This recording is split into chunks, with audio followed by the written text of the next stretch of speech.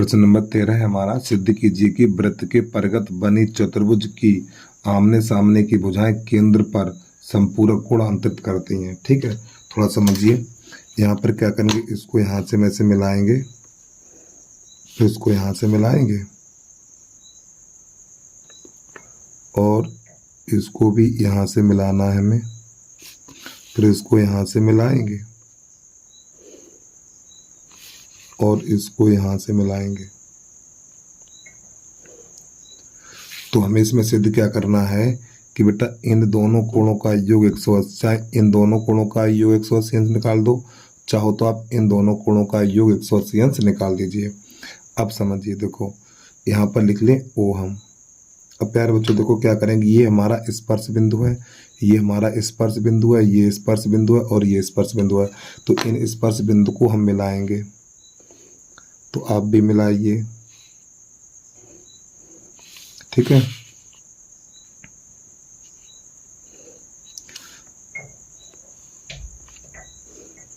इस प्रकार, ठीक। तो अब ये जो हम यानी केंद्र से स्पर्श बिंदु को मिलाते हैं, तो बेटा ये कोण कितने का होता है, 90 अंश का होता है। ये कोण कितने का, 90 अंश का है। ये कोण कितने का, 90 अंश का है। और ये कोण कितने का है, 90 अंश का है। ठीक, चलिए समझिए। तो यहाँ पे सबसे पहले लिख लें, दिया है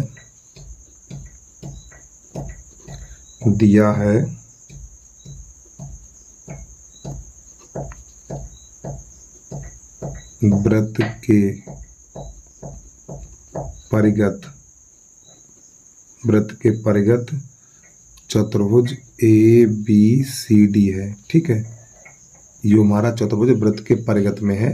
तो सिद्ध करना है हमें,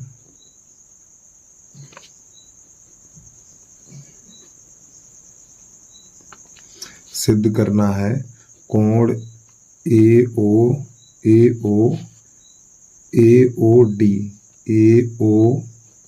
और प्लस कोण, यानी इस वाली भुजा के सामने वाला कोण ये हो गया, इस वाली के सामने ये हो गया BOC बराबर 180 अंश। ये सिद्ध करना है हमें। ठीक है, अब नई लाइन से लिखेंगे, उपपत्ति में लिखेंगे हम। ध्यान समझिएगा आप लोग। देखो बेटा ये वाला कोण, इस वाले कोण को 1 कर लो, इसको 2 कर लो। ठीक है, इस वाले कोण को 3 कर लो, तो इसको 4 कर लो, इसको 5 कर लो और इस वाले कोण को 6 कर लो, इसको 7 कर लो और इसको 8 कर लो। तो अब यहाँ पर हम क्या करेंगे, ये वाला त्रिभुज लेंगे, एक त्रिभुज लेंगे DSO, त्रिभुज DSO। तो त्रिभुज DSO तथा त्रिभुज DRO में हमें ये दोनों त्रिभुज सर्वांसम दिखाने। ठीक है, अब देखिए ये वाली हमारी वृत्त की स्पर्श रेखा है और ये भी वृत्त की स्पर्श रेखा, तो ये दोनों बराबर होंगी। तो यहाँ पे लिखेंगे DS बराबर DR, वो आगे लिख देना है वृत्त की स्पर्श रेखाएं हैं ये हमारी। ठीक, और वृत्त की स्पर्श रेखाएं कैसे होती है, बराबर होती हैं। अब प्यारे बच्चों ये वाली भुजा कैसी है, हमारी उभयनिष्ठ है। ये वाली भुजा उभयनिष्ठ है। तो यहाँ पे क्या लिखेंगे हम, DO बराबर DO, आगे लिख दीजिए उभयनिष्ठ।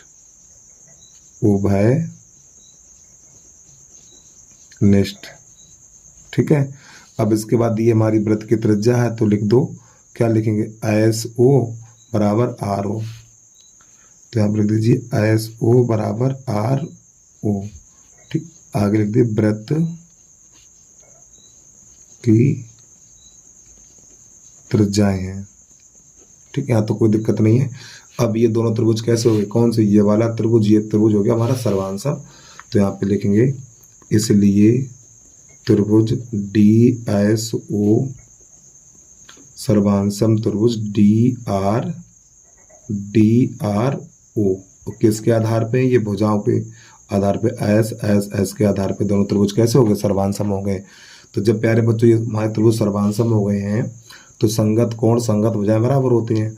तो हमारा जो कोण है ना, कोण 1 बराबर कोण 8 या कोण 8 बराबर कोण 1 हो जाएगा। ये दोनों कोण कैसे हो जाएंगे, बराबर हो जाएंगे। तो यहाँ पे लिखेंगे कोण 8 बराबर कोण 1, कोण 8 बराबर कोण 1। ठीक है, अब ये आगे लिख देंगे CPCT के आधार पर। CPCT क्या है, जब कोई दो त्रिभुज सर्वांसम होते हैं तो संगत भुजाएं और संगत कोण बराबर होते हैं हमारे, ठीक है। अब थोड़ा ध्यान समझिएगा, देखो हम इसी प्रकार अगर हर त्रिभुज लेंगे, इन दोनों को सर्वांसम करेंगे तो कोण ये बराबर इसके हो गया, फिर इन दोनों को सर्वांसम करेंगे, इन दोनों को सर्वांसम करेंगे, इन दोनों को सर्वांसम करेंगे, और इसकी प्रोसेस बिल्कुल यही रहेगी। तो लेकिन ये बार बार नाटकबाजी नहीं करनी है, तो आपको नई लाइन से लिख दीजिए इसी प्रकार, ठीक है। देखो ध्यान समझिए बेटा, हमें इन दोनों कोणों का योग 180 दिखाना है, इसका और इसका, ठीक है। तो यहाँ पर कोण 8 बराबर कोण 1 लिखेंगे, फिर कोण 3 बराबर कोण 2 लिखेंगे। क्या लिखेंगे हम, कोण 3 बराबर कोण 2, फिर कोण 4 बराबर कोण 5, कोण 4 बराबर कोण 5। तो यहाँ पे क्या लिखेंगे हम, कोण 4 बराबर कोण 5। फिर इसके बाद कोण 7 बराबर कोण 6, कोण 7 बराबर कोण 6। अब समझिए, अब इन सभी कोणों का योग कितना होगा, इन सभी कोणों का योग होगा 360। तो यहाँ पे हमें लिखना है कोण 1 प्लस कोण 2 प्लस कोण 3 प्लस कोण 4 प्लस कोण 5 प्लस कोण 6 प्लस कोण 7 प्लस कोण 8 बराबर 360 अंश। अब हमें देखो कोण 8 का मान रखना, कोण 3 का मान, यानी इन्हीं की जगह पे ये वाले मान लगाए जाएंगे। तो कोण 1 को तो ऐसे लिख दो, कोण 1 और प्लस कोण 2 को ऐसे ही लिखेंगे। अब देखो कोण 3 का मान कोण 2 है, तो यहाँ पे कोण 3 की जगह पे कोण 2 लगा दीजिए, प्लस और कोण 4 की जगह पे कोण 5 लगा दीजिए, कोण 5, इसको ऐसे लिख दो कोण 5 प्लस। अब कोण 6 को नहीं चेंज करना है, तो यहाँ पे देखो कोण लगाना भूल गए तो कोण का चिन्ह लगा लीजिए। तो कोण 6 और प्लस कोण 7 की जगह पे कोण 6 लगा दो, कोण 6, और कोण 8 की जगह पे कोण 1 लगा दो, कोण 1, और बराबर 360। अब इन सबको जोड़ी सब डबल हो गया होगा, देखो 1 और 1 2, तो 2 कोण 1। अब कोण 2 ये भी 2 कोण 2।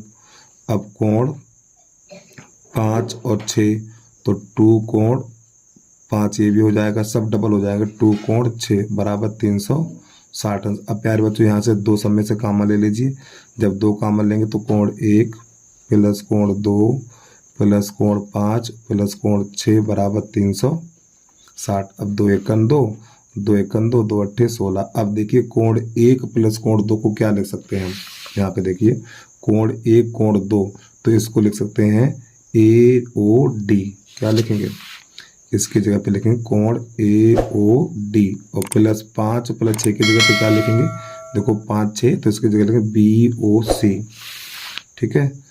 तो कोण BOC बराबर 180 अंश। तो बस प्यारे बच्चों यही हमारा हो गया सिद्ध, ठीक है। तो बस आज के लिए इतना ही। तो वीडियो आपको कैसा लगा तो कमेंट करके आप जरूर बताइएगा। बस आज के लिए इतना ही। जय हिंद, जय भारत।